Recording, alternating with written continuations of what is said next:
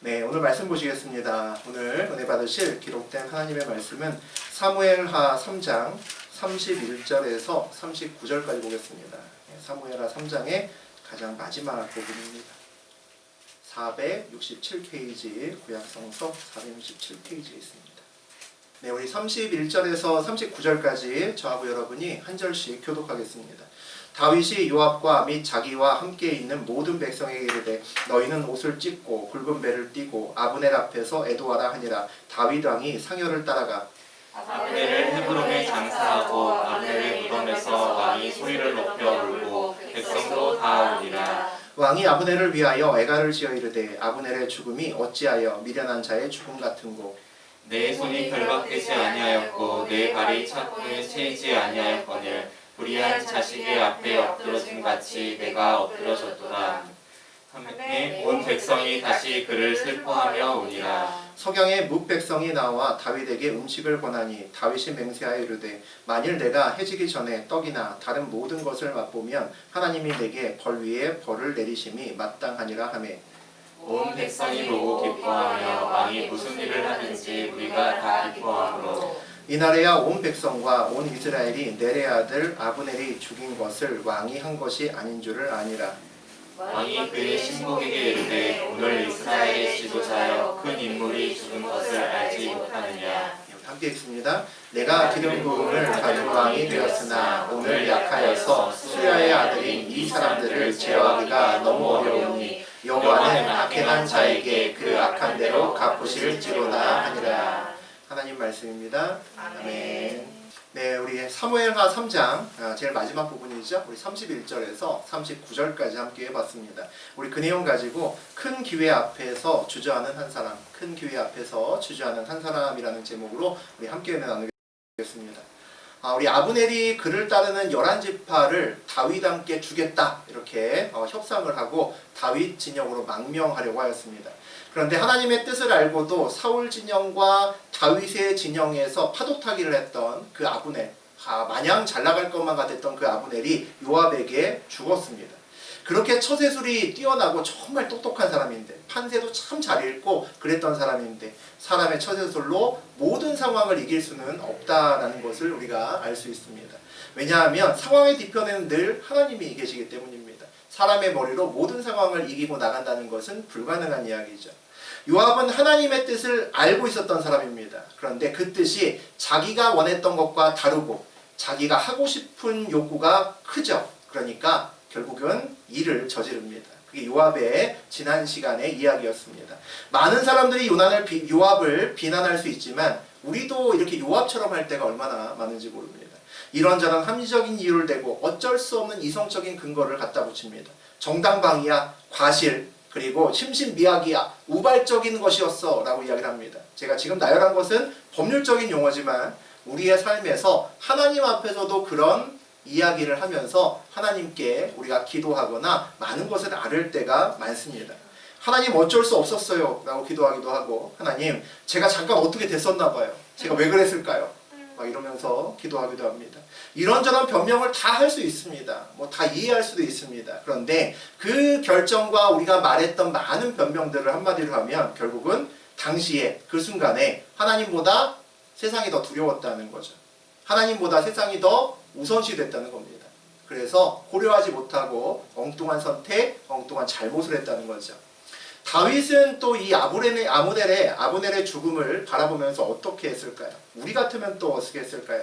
요압을 비난하고 문책하고 왕권에 도적하는 반역이야 라고 그렇게 벌을 줄 수도 있었을 겁니다. 그런데 다윗은 그렇게 하지 못했죠. 그 결정적인 이유는 아직 요압을 누를 만큼의 힘이 없었다라고 지난 시간에 잠깐 살펴봤습니다. 오늘 다윗이 아브넬의 죽음 이후에 한 일을 함께 나누어 보겠습니다. 우리 31절과 32절 같이 보죠. 다윗이 요압과 및 자기와 함께 있는 모든 백성에게 이르되 너희는 옷을 찢고 굵은 배를 띠고 아브넬 앞에서 애도하라 하니라. 다윗 왕이 상여를 따라가 아브넬을 헤브론에 장사하고 아브넬의 무덤에서 왕이 소리를 높여 울고 백성도 다 오니라. 이해할 수 없는 다윗, 이해할 수 없는 다윗을 굉장히 자주 보죠. 그 모습이 또 보입니다. 요압과 모든 백성들에게 옷을 찢고 상복을 입고 모두 다 아브넬을 위해서 울어라 이렇게 이야기를 합니다. 애도하라고 이야기를 하죠. 그리고 다윗 왕이 명령만 하는 것이 아니라 자기 스스로 옷을 찢고 자기도 상복을 입고 울기 시작합니다. 몸소 아브넬의 장례를 치르고 있습니다. 그리고 왕이 그의 무덤가에서 소리 높여 울었다라고 그렇게 기록합니다. 거의 다윗이 아브넬의 상주가 돼서 그 전체 장례를 치르고 있다라는 그런 느낌까지도 듭니다. 참 이해하기 어려운 사람이죠. 이게 뭐하는 짓일까요? 여러분 이게 이해가 되십니까? 자기의 원수라고 분을 참지 못하고 아브넬을 덜컥 죽인 요압도 문제죠. 그도 참 이해할 수 없고 너무 성급하다라는 생각도 듭니다. 그런데 얼마 전까지만 해도 자기의 대적인 아브넬이 죽었다 해서 옷을 찢고 상복을 입고 왕이 대성통곡하고 있습니다. 그리고 자기가 직접 장례를 치루어 주고 있는 거죠. 이것도 이해하기 어려운 것은 마찬가지일 것 같습니다. 도대체 다윗의 생각이 뭘까? 무슨 꿍꿍이를 갖고 이런 행동을 할까라는 생각이 들지 않을 수 없습니다. 만약에 우리가 다윗의 부하라고 하면 이게 이해될까요? 굉장히 혼란스러울 겁니다. 우리 왕이 좀 정신과 치료를 좀 받아야 될 것 같아 라는 생각이 들기도 하죠. 아브넬이 죽었는데 왜 저렇게까지 슬퍼할까? 라는 생각이 듭니다. 우리가 다윗의 부하면 어떤 일을 할 때 참 고민 많이 될 것 같습니다. 어떤 사람이 와서 다윗 왕이시여 제가 사울을 죽였습니다. 이렇게 이야기를 했습니다. 여태까지 계속 사울한테 쫓겨왔거든요. 그러면 표정 관리는 좀 쉽지 않겠지만 박수치고 속으로는 박수쳐도 겉으로는 조금 엄하게 할 수도 있겠지만 얼마나 속이 시원했겠습니까? 알토니를 다 빼주었네. 앞에서 얼마나 그 사람을 환대하고 싶었겠습니까? 그런데 다윗은 그 사람을 비난하고 죄를 물어서 죽였습니다. 과거에 그랬던 이야기가 있죠. 다윗이 우리 상사라면 우리 회사 다닐 때 나의 부장이라면 머리에 지진 날 겁니다. 이거 좋아하시겠지? 라고 했다가 덜컥했다가 다음날 잘릴 수도 있는 거죠. 완전히 눈밖에 날 수도 있습니다. 참 어려운 상사일 수 있겠다라는 생각이 듭니다. 우리 33절과 34절 보죠. 왕이 아브넬을 위하여 애가를 지어 이르되 아브넬의 죽음이 어찌하여 미련한 자의 죽음 같은고 내 손이 결박되지 아니하였고 내 발이 착고에 채이지 아니하였거늘 불의한 자식의 앞에 엎드려진 같이 내가 엎드려졌도다 하매 온 백성이 다시 그를 슬퍼하며 옵니다. 다윗이 아브넬을 대성통곡하고 그의 장례를 잘 치루어 준 것만 해도 정말 할 일을 다 한 거죠. 누가 봐도 저 정도면 대인배야 하고 끝날 수 있습니다. 근데 거기서 끝내지 않습니다. 그리고 애가를 짓습니다. 노래를 지어주죠. 다윗은 유명한 시인이고 또 음악가였습니다. 그래서 사울 시대 때도 그의 마음을 음악으로 노래로 연주로 달래줬던 사람입니다. 그리고 또 우리는 누구나 알고 있지만 시편의 거의 대부분을 다윗이 지은 것을 알고 있습니다. 그는 한 시대를 풍미했던 예술가이기도 했습니다. 그가 아브넬의 죽음을 애도하는 시, 노래를 작사 작곡했다라고 되어 있습니다. 아브넬이 이순신입니까? 아브넬이 김구입니까? 아니잖아요. 이 진영하고는 대적의 사람인데 그 사람이 뭘 그렇게 대단하다고 노래까지 지어줍니까? 얼마 전까지만 해도 다윗의 적이었거든요. 다윗의 편에 서겠다고는 했지만 같은 편에 선 것은 아니잖아요. 그 전에 죽은 거죠. 다윗과 아브넬 사이에 그동안에 아주 끈끈한 의형제와 같은 그런 마음이 있느냐? 그런 것도 전혀 없습니다. 그런데 아브넬을 위해서 무슨 노래까지 지어줄까요? 그 노래의 내용을 보니까 아브넬의 죽음이 어찌하여 미련한 자의 죽음 같은고 막 안타까워하고 있죠. 내 손이 결박되지 아니하였고 내 발이 착고에 채이지 아니하였는데 불의한 자식의 앞에 엎드려진 같이 네가 어떻게 여기 엎어져 있느냐 어찌 죽었느냐라고 꺼이꺼이 웁니다. 그러니까 백성들도 따라 울었다라고 되어 있습니다. 다윗은 죽은 아브넬이 죄인이 아니라 적이 아니라 영웅처럼 그렇게 노래를 지어줍니다. 알 수 없는 노래를 오늘 또 부르고 있습니다. 우리 35절 보겠습니다.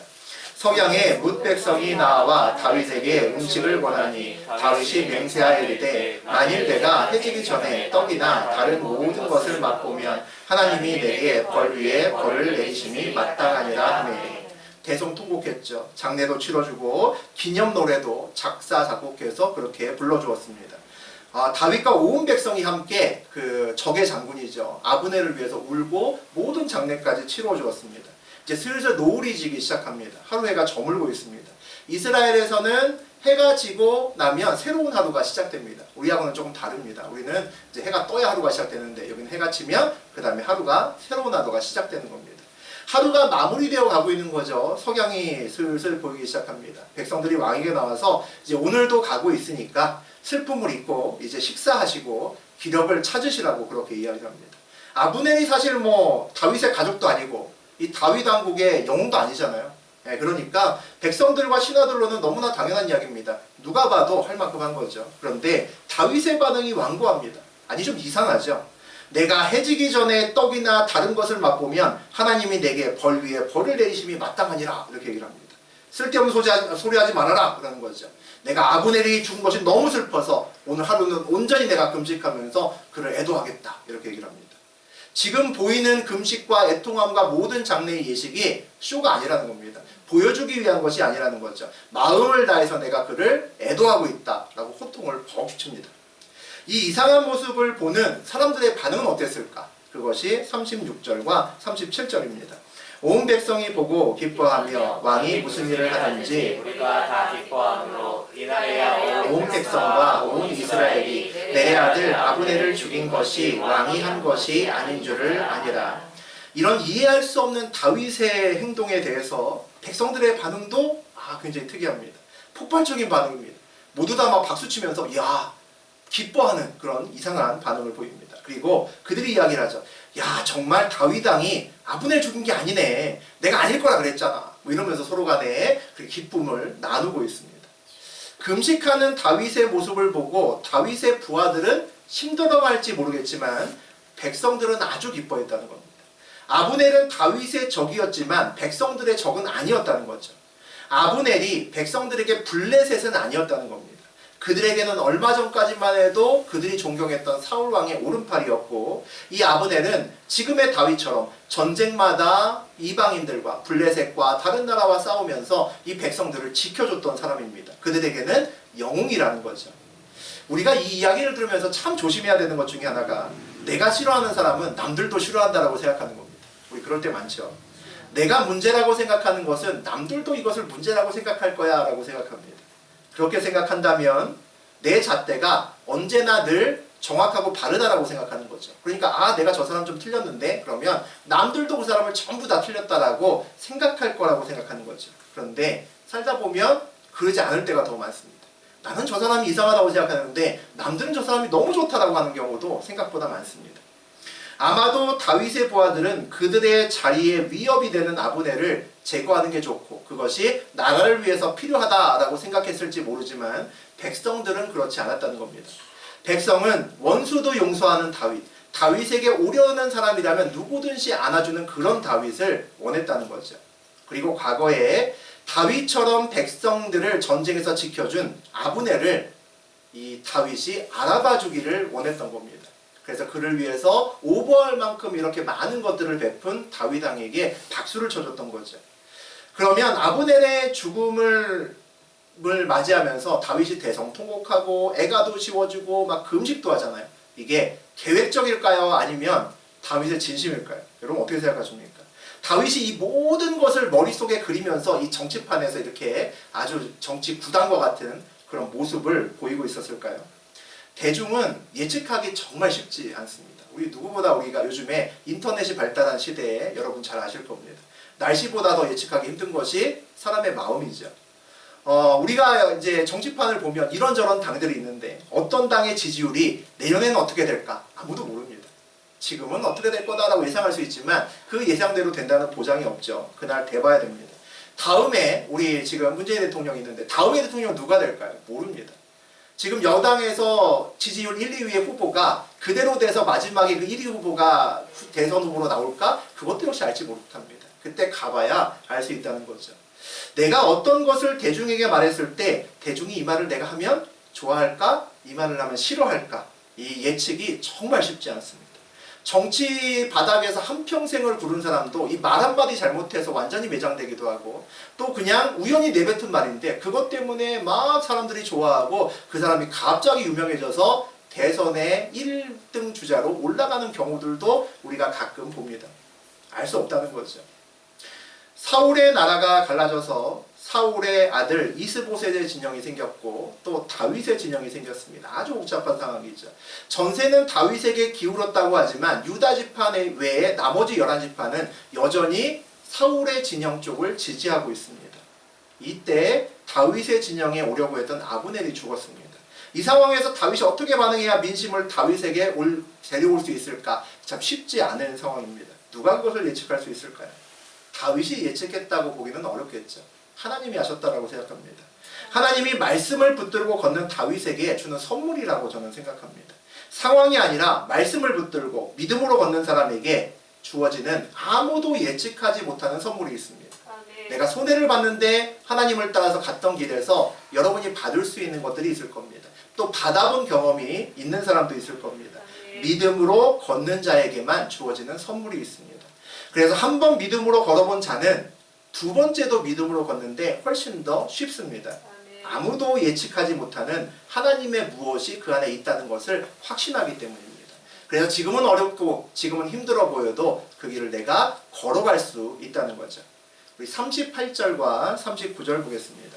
왕이 그의 신복에게 이르되 오늘 이스라엘의 지도자여 큰 인물이 죽은 것을 알지 못하냐.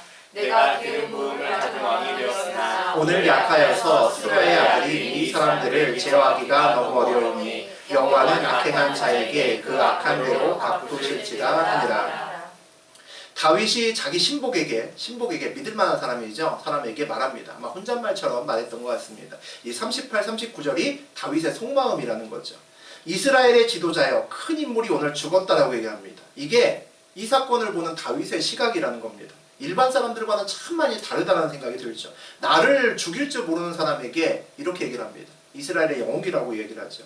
우리는 어떤 사건을 볼 때, 여러분 앞에 어떤 상황이나 어떤 문제가 있을 때 그 사건과 그 문제가 늘 내가 이것이 어떻게 하면 내가 불리하고 이렇게 상황이 전개되면 나에게 유리하겠구나 라고 구분해서 거의 대부분이 바라봅니다. 늘 내가 중심이고 내가 기준이죠. 나를 중심으로 모든 상황을 봅니다. 그런데 오늘 다윗의 속마음을 보니까 그런 것 같지 않다라는 생각이 드는 거죠. 어찌 보면 우리가 어떤 상황을 봤을 때 하나님의 시각으로 봐야 된다라고 이야기를 하는데 그 시작은 어떤 사건에서 그 복잡한 상황 속에서 나를 살짝 드러내고 볼 수 있느냐의 문제일 수 있습니다.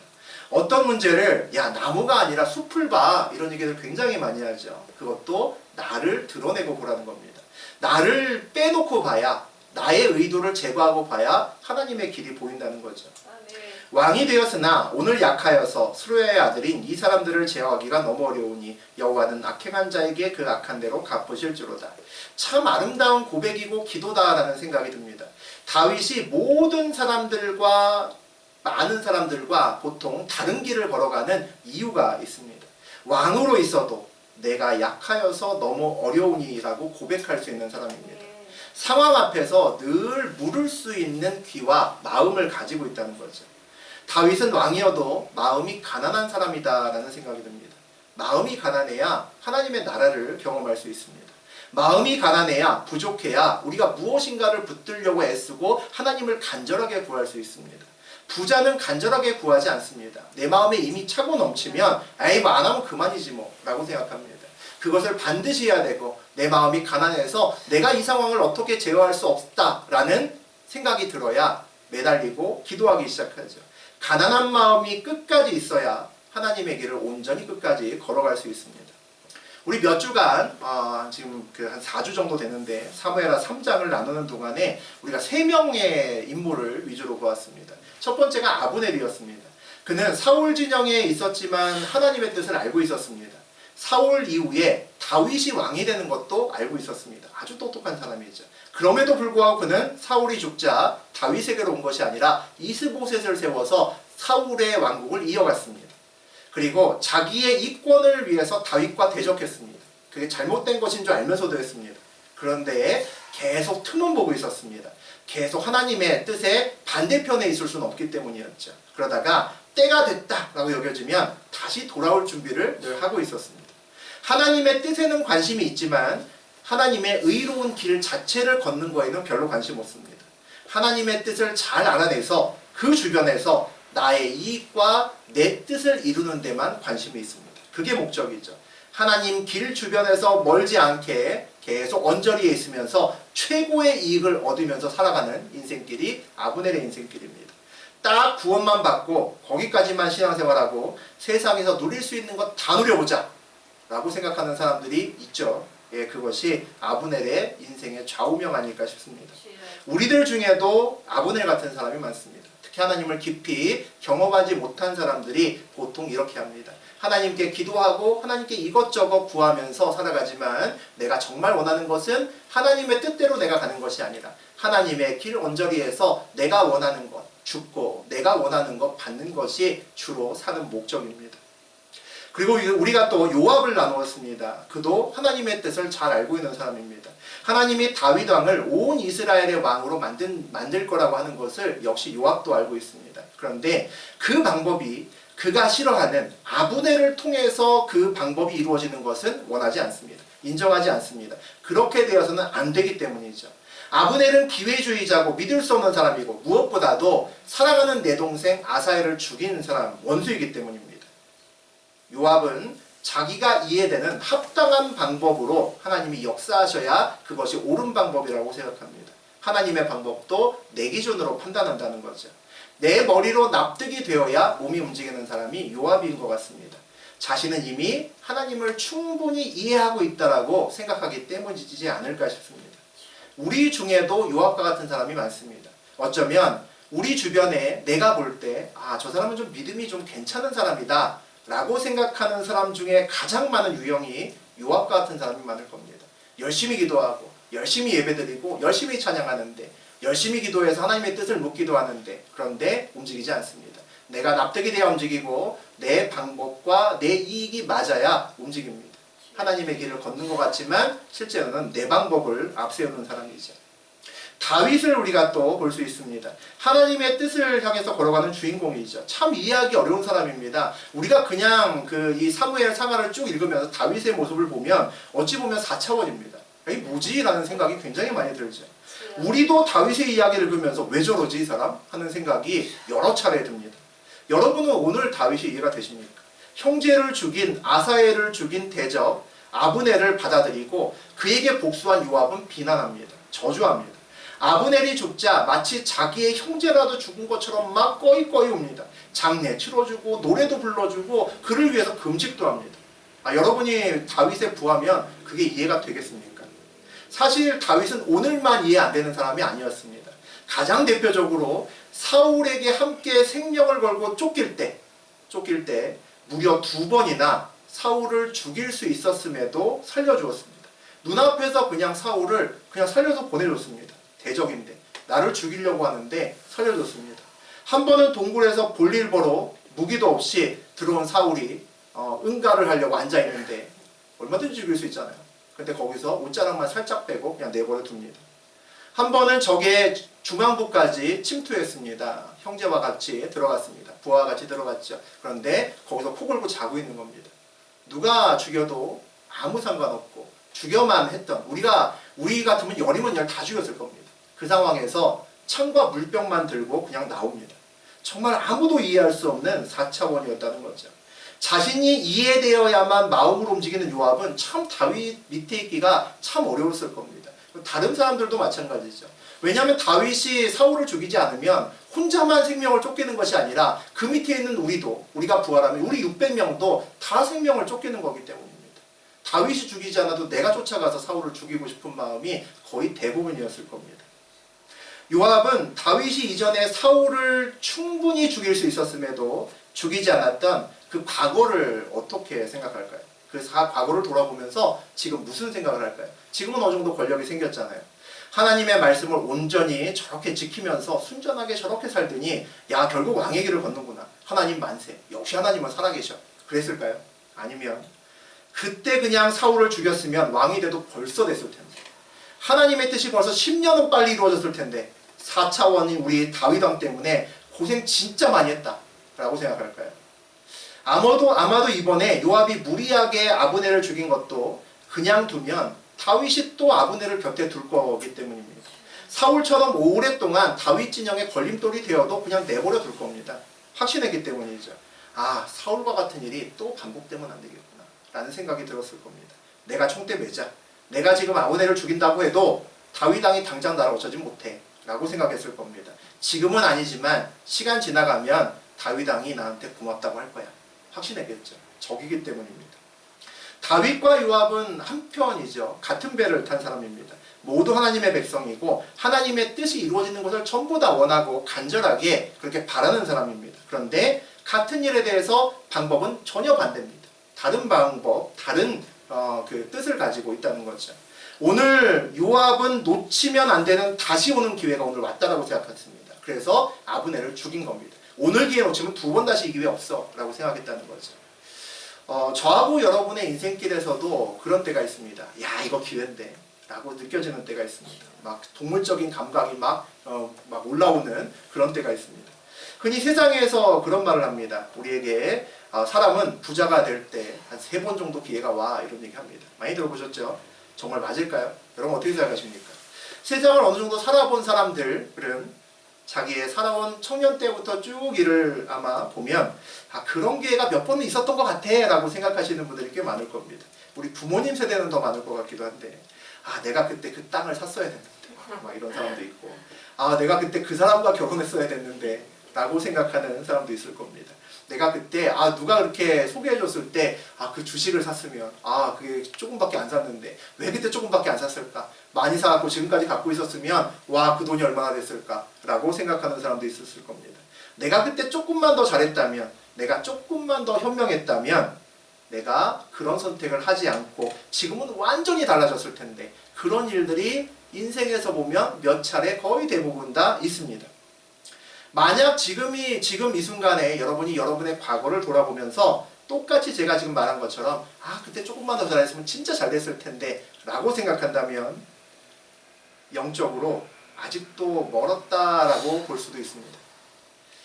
내가 이전에 잘 될 수 있었는데 안 되었다면 내가 덜 노력해서 어떤 기회를 놓쳐서 그런 것이 아니라 내가 하나님 앞에 온전히 서지 못해서 안 된 겁니다.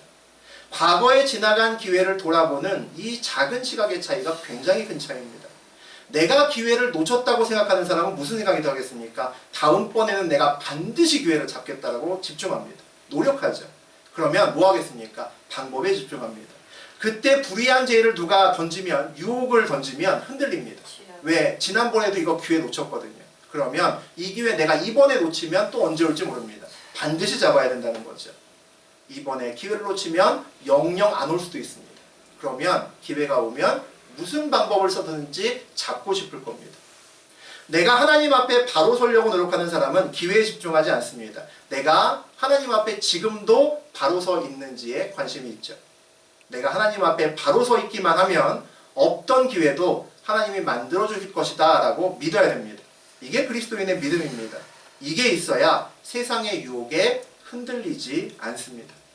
이 시각에서 다윗의 삶을 보면 다는 아니지만 많은 부분에서 다윗을 이해할 수 있습니다. 그래서 다윗과 같은 사람은 참 드문 것 같습니다. 왜냐하면 두 번 다시 오질 않을 것 같은 그런 기회 앞에서 다윗처럼 주저하고 망설이는 사람은 정말 드뭅니다. 그가 사울 앞에서 죽일 수 있는 기회 앞에서 생각하고 주저하고 망설이지 않았다면 100이면 100 다 사울 죽이고 돌아섭니다. 그 앞에 주저하고 망설였기 때문에 그 시간에 하나님이 말씀하시고 하나님이 일하실 수 있는 시간을 내어드릴 수 있었다는 거죠. 그래서 두 번 다시 올 수 있는 기회 앞에서 주저하는 것은 굉장히 중요합니다. 아브넬도 많습니다. 우리 주변에 아브넬 굉장히 많습니다. 우리 주변에 요압도 굉장히 많습니다. 그런데 우리 주변에 다윗은 별로 없습니다. 세상에서 하나님의 마음에 합한 사람이 적은 이유가 저는 여기 있다고 생각합니다. 다윗이 이스라엘의 왕이 되는 것은 정해져 있었습니다. 다 아시죠? 벌써 수십 년 전에 하나님께서 이미 기름 부어주셨습니다. 안수하셨습니다. 말씀을 주셨습니다. 약속했습니다. 하나님은 한 번 약속하시면 100% 지키십니다. 반드시 신실하게 약속을 지키십니다. 그런데 하나님은 다윗이 왕이 될 것은 약속하셨지만 어떤 왕이 될 거다는 약속하지 않으셨습니다. 내가 다윗을 선하고 하나님의 마음, 내 마음에 합한 왕으로 세우시겠다 이렇게 말씀하신 적은 없습니다. 왕이 되는 것은 하나님이 결정하지만 내가 선한 왕이 될 건지 악한 왕이 될 것인지는 다윗이 결정해야 되는 그런 일일 수도 있습니다. 하나님의 말씀을 붙들고 왕이 될 것인지 아니면 자기의 머리와 힘으로 왕이 될 것인지, 그것은 하나님이 아니라 다윗의 소관일 수도 있다는 겁니다. 하나님께서 여기 계신 여러분들, 또 온라인으로 예배드리는, 함께 드리는 우리 지체들 중에 어떤 사람에게 너 부자로 내가 높은 자리에 내가 너를 올려줄 거다, 내가 너를 어떻게 쓸 거다라고 알려주신 사람도 분명히 있을 겁니다. 또 그 약속을 이미 받은 사람, 하나님께 말씀을 받은 사람도 분명히 있습니다.